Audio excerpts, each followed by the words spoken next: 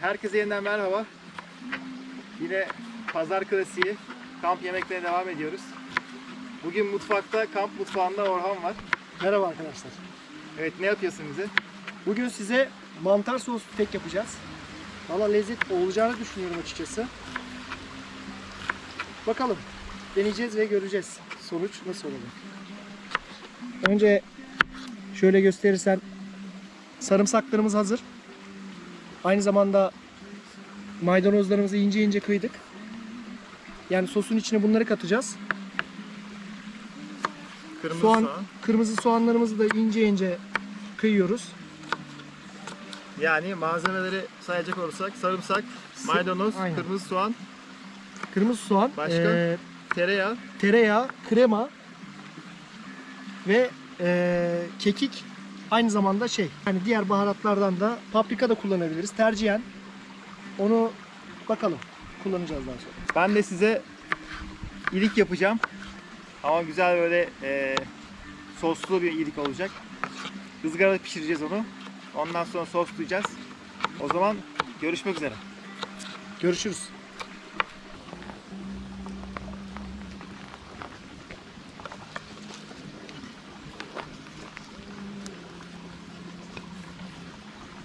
Şöyle bir bıçak ucu kadar tereyağımızı, hatta 2 bıçak ucu kadar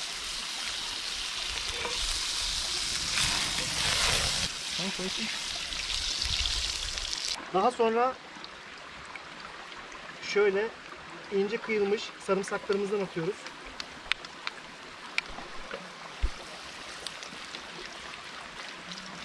Bir tık lezzetini içine salsın. Ondan sonra soğanlarını ilave edeceğim. Bu yeterli olacaktır. Şimdi soğanlarını ilave ediyoruz.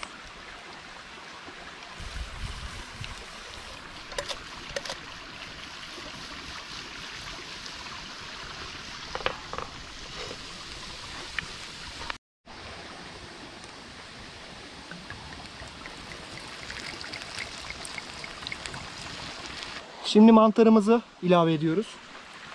Böyle ağır ağır. Mantarımız yıkandı. Yıkandıktan sonra zaten suyunu salacak. Suyunu saldıktan sonra da o sosu, muazzam sosu nüfuz edecek sosumuzun içerisine. Şöyle mantar sosumuz yavaş yavaş suyunu salmaya başladı. İşte en lezzetli olan kısımları bunlar olacak. Böyle bir 5 dakika daha pişmesi gerekiyor.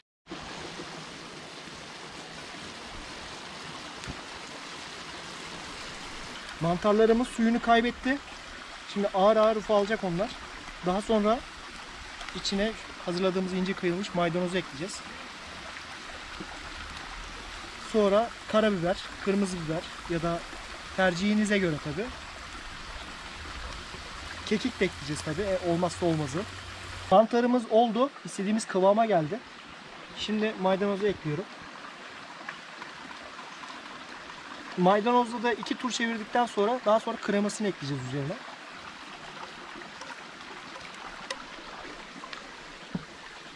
Limon kekiği kullanıyoruz.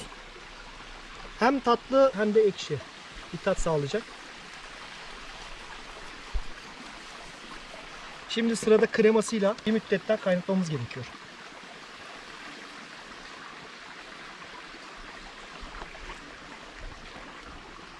Çekme karabiber kullanıyoruz.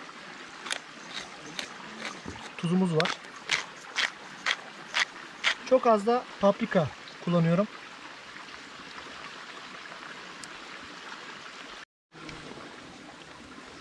Baharatlarımızın iyice sosumuzun içine nüfuz etmesi için şöyle hafiften karıştırıyoruz. Isısını kaybetmemek için.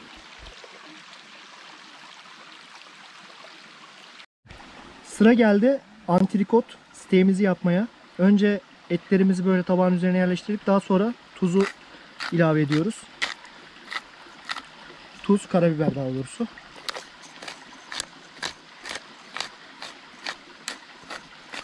Etimiz yağlı. Tam kıvamında hatta yağı.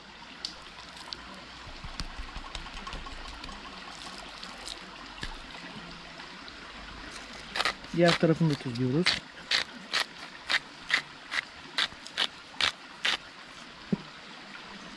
Karabiber. Etlerimiz hazır. karabiber ve tuz sadece attık üzerine. Şimdi doğruca mangala.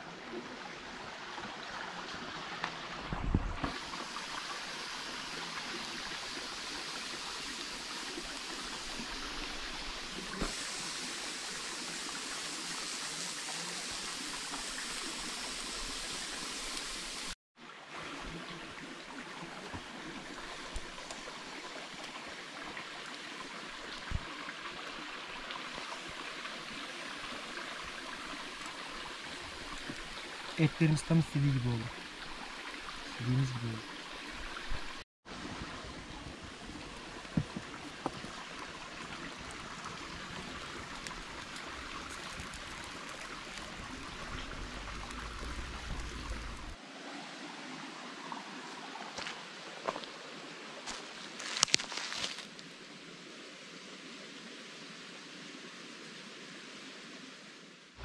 Evet arkadaşlar, steğimiz de pişti. Şimdi tadım zamanı.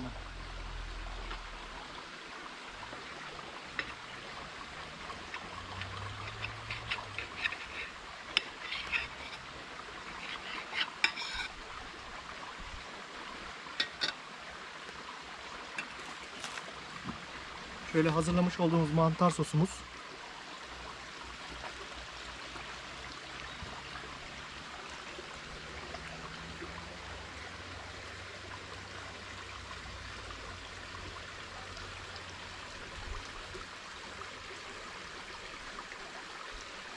En sevdiğim kısım tadım kısmı. Önce şu sosun tadına bakayım.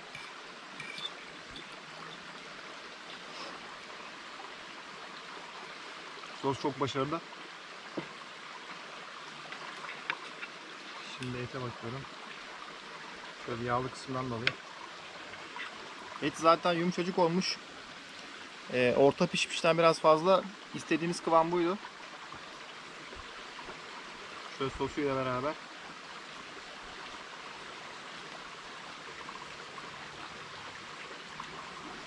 Eline sağlık. Bir de ben tadayım. Çok iyi olmuş. Kendi yaptığım yemeği. Ben önce etten başlıyorum. Tadımını daha iyi alabilmek için etin.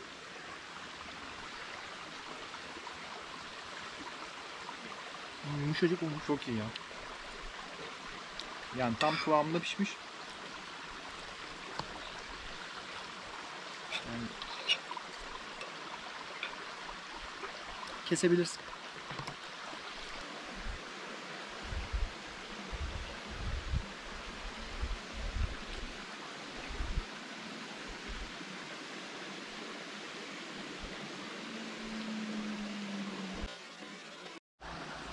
evet arkadaşlar, yeniden merhaba.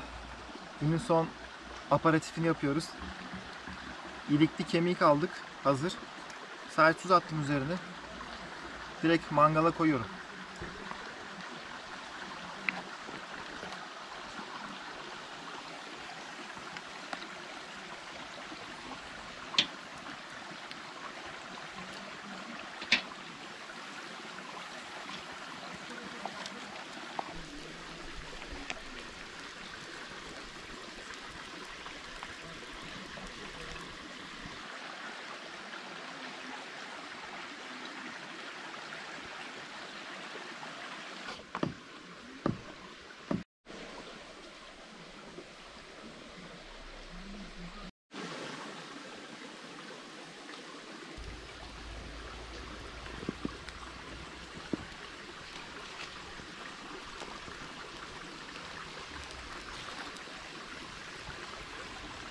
Soğanımız var. Sarımsak ve maydanoz kullanacağım içine. Şurası boş kaldı. Orayı da ben doldurayım bari. Kolay gelsin. Eyvallah.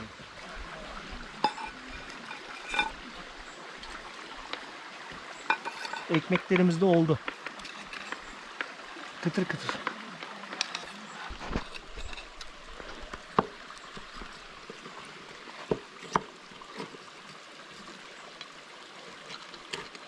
Kendini bırakıyor zaten. Çok iyi pişmiş.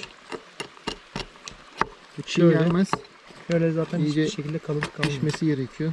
Şöyle çıkarttım.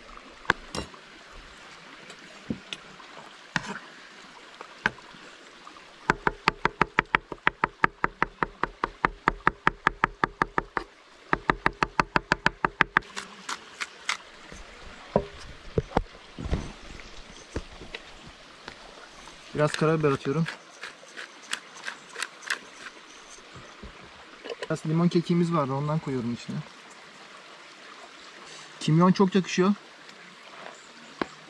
Kimyon atıyorum. Biraz bol atıyorum kimyonu.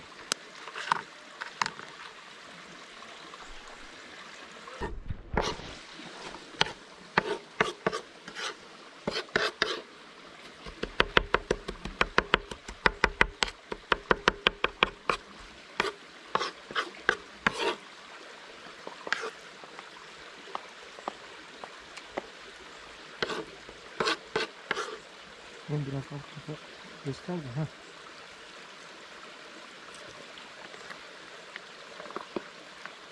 Evet, tadına bakmak ister misin? Tabii ki. Bakacağım. Dört gözle zaten onu bekliyor. Şöyle sana torpil yapayım biraz. Keseyim de beraber tadına Aynen. bakalım. Sıra geldi tadıma. Görüntü nasıl? Al bakalım. Eyvallah.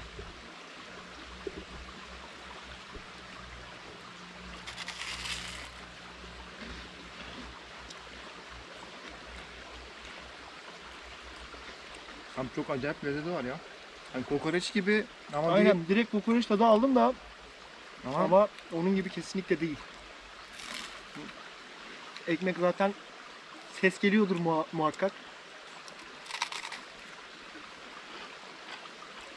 Müthiş. ya soğan, sarımsak daha baskın tabi. Ama çok lezzetli bir aroma katmış.